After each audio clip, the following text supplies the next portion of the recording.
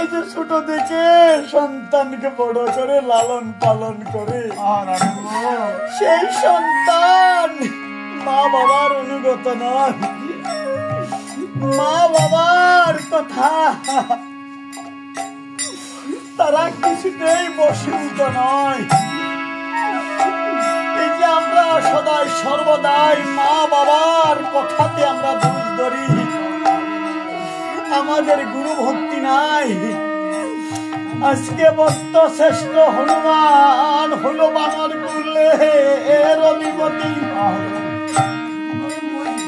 আর শ্রীরামচন্দ্র হলো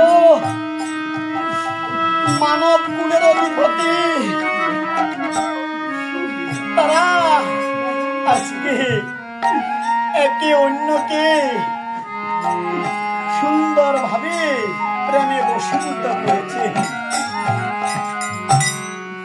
আর বলছেন বাসারে হনুমান,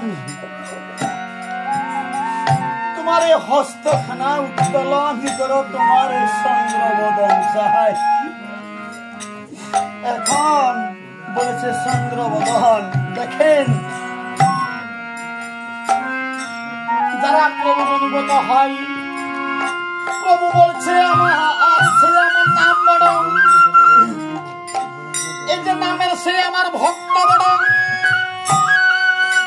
আজকে ভক্ত শ্রেষ্ঠ হনুমানের হাতে দিলেন, আর এই ভক্ত শ্রেষ্ঠ হনুমান বিদ্যমান যে তখন দর্শন দিলেন।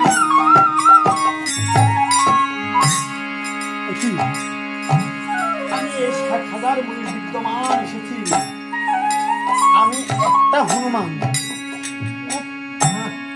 আমি একটা হনুমান ৬০,০০০ মুনি।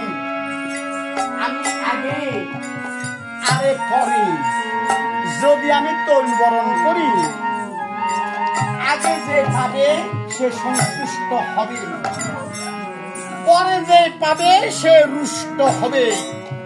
সে বলবে আমাকে মনে লাগে নাই, সে কুপিত হইয়া আমাকে অভিশাপ দিবে না। আমি এমনি ভাবে আমি তৈল বরণ করিতে পারবো না। তখন এমনি ভাবে হনুমান তখন মনে মনে ভাবলেন, আমি যদি প্রভুর কথা অমান্য করি তাহলে আমি অপরাধী হব।